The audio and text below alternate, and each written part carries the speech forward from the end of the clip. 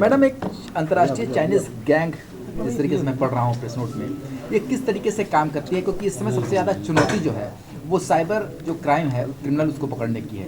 इसमें क्या कहानी है, किस तरीके से ये काम करते हैं? इसमें कहानी ये है कि जो इंडिया का ये ऑपरेटिव है, इसका ये निज़ाम जो अपना टेलीग्राम आईडी प्रॉक्सी के नाम से चलाता है, तो प्रॉक्सी का ये डायरेक्ट संपर्क है। ये कुछ संदिग्ध टेलीग्राम ग्रुप्स हैं, उसमें ये चाइनीज़ लोगों के साथ संपर्क करता है। और बेसिकली ये करता क्या है कि बहुत सारे म्यूल अकाउंट्स खुलवाता है, उन अकाउंट्स में फ्रॉड का पैसा आता है, फ्रॉड का पैसा को वो रन करता है और वो पैसा चाइना जाता है और इसमें ये कमीशन कमाता है।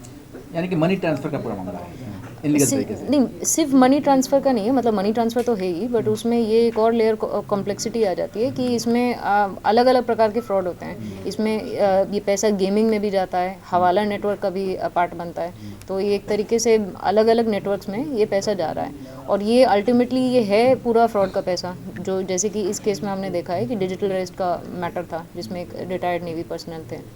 उनसे लगभग कितने की ठगी हुई थी? इसमें उनसे 98 लाख की ठगी हुई थी। किस तरह ठगी हुई थी, क्या प्रोसेस अपनाया था?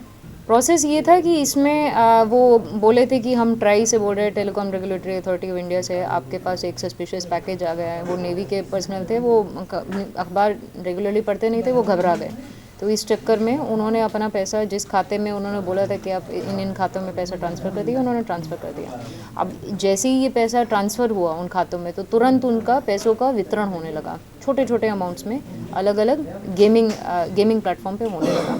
बेसिक ये जो फ्रॉड है, फ्रॉड हो रहा है इंडिया के बाहर, बट ये जो इंडिया के जो ऑपरेटिव्स हैं, जैसे कि पिछली बार शक्ति पकड़ा गया था, आज प्रॉक्सी पकड़ा गया है, ये स्पेशली प्रॉक्सी ये अंतर्राष्ट्रीय फ्रॉडस्टर्स के साथ मतलब षड्यंत्र करके ये फ्रॉड का पैसा देश से लूटते हैं। अब तक कितने लोगों को आपने पकड़ा है और आगे कितने लोग इसमें शामिल हो सकते हैं, क्या आशंका है? अभी ये हमारा 12th केस है, ये इसी ऑनगोइंग केस में। अभी तो इसमें काफ़ी बड़ी गैंग है, इसमें और बहुत काम होना बाकी है। तो आप सोच सकते थे ये बस एक तरीके से शुरुआत है। इसमें जो रिटायर्ड नेवी पर्सनल का जो पैसा था वो 4 अकाउंट्स में गया था, अभी सिर्फ हम एक अकाउंट पे काम कर रहे हैं। तो एक अकाउंट में 12 लोग मिल चुके हैं, तो आप सोच सकते हैं कि ऐसे मतलब और कितनी ये जो चाइनीज कंपनियां किस तरीके के लड़कों को ट्रैक करती है, किस तरीके के लड़कों को अपनी झांसे में फंसाती है ताकि उनको कमीशन देके इस तरह काम कराया जा सके?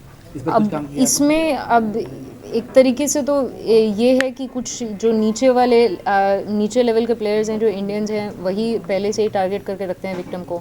एक तरीके दूसरा एंगल ये भी है कि हमारा जो डेटा सिक्योरिटी सिस्टम है वो बहुत स्ट्रॉन्ग नहीं है। डार्क वेब पे भी लोगों के डेटाबेस मिल जाते हैं, तो एक विक्टिम टारगेटिंग दोनों लेवल पे होती है। तो क्या ये जो पैसा ये लोग लेते हैं, तो ये वहाँ तक कुछ आगे का पता रहता है कि वो कहाँ से लेके काम कर रहा है? कुछ इन लोगों से कुछ पूछताछ? क्योंकि ये ट्रेडिशनल क्राइम नहीं है, इसमें अधिकतर जो पैसा है वो क्रिप्टो करेंसी में कन्वर्ट हो जाता है। जितनी भी बातें होती है USDT में होती हैं। तो अभी जो अकाउंट्स प्रकाश में आए हैं उस पर अभी काम बाकी है, उसमें जांच चल रही है, विवेचना प्रचलित है, तो उस पर भी अभी काम किया जाएगा। एक आम आदमी ये भी जानना चाहता है, अगर ये चाइना से पूरा काम हो रहा है, तो इसका जो आखिरी कड़ी है वहाँ तक पुलिस कैसे पहुँचेगी? क्या इसमें ये जो इस टाइप के केसेस हैं, इसमें पैरेलल हम सूचना ED को भी दे रहे हैं, जिसमें ED भी, क्योंकि हमारी कुछ लिमिटेशंस हैं, हम मतलब कानून के तौर पे हम विद इन इंडिया गिरफ्तारी कर सकते हैं, बट जो बाहर विदेशी गिरफ्तारी करने का एक प्रोसेस अलग होता है, उसमें MLAT होना ज़रूरी होता है और तमाम प्रकार के रेगुलेशंस होते हैं। तो इसीलिए हम पैरेलल में ये जितनी भी हम सूचनाएं हैं हम ED को भी दे रहे हैं, जिसमें वो अपना बड़े तौर पे इन्वेस्टिगेशन। क्या आप ये मानती है टेलीग्राम जैसे जो ऐप हैं ये खतरनाक हो गए हैं? अब टेलीग्राम में इशू ये है कि बिल्कुल ही अनोनिमस प्लेटफॉर्म है, उसमें जिस टाइप का आप कह सकते हैं एक थोड़ा लेयर ऑफ रेगुलेशन है इंस्टाग्राम में और फेसबुक में, उस टाइप का रेगुलेशन टेलीग्राम में नहीं है।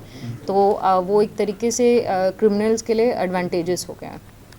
तो इस पर इसको बैन करना चाहिए? अब वो तो अब ये तो ओपिनियन वाला क्वेश्चन हो गया। इंटरपोल से भी कोई सहायता ली है?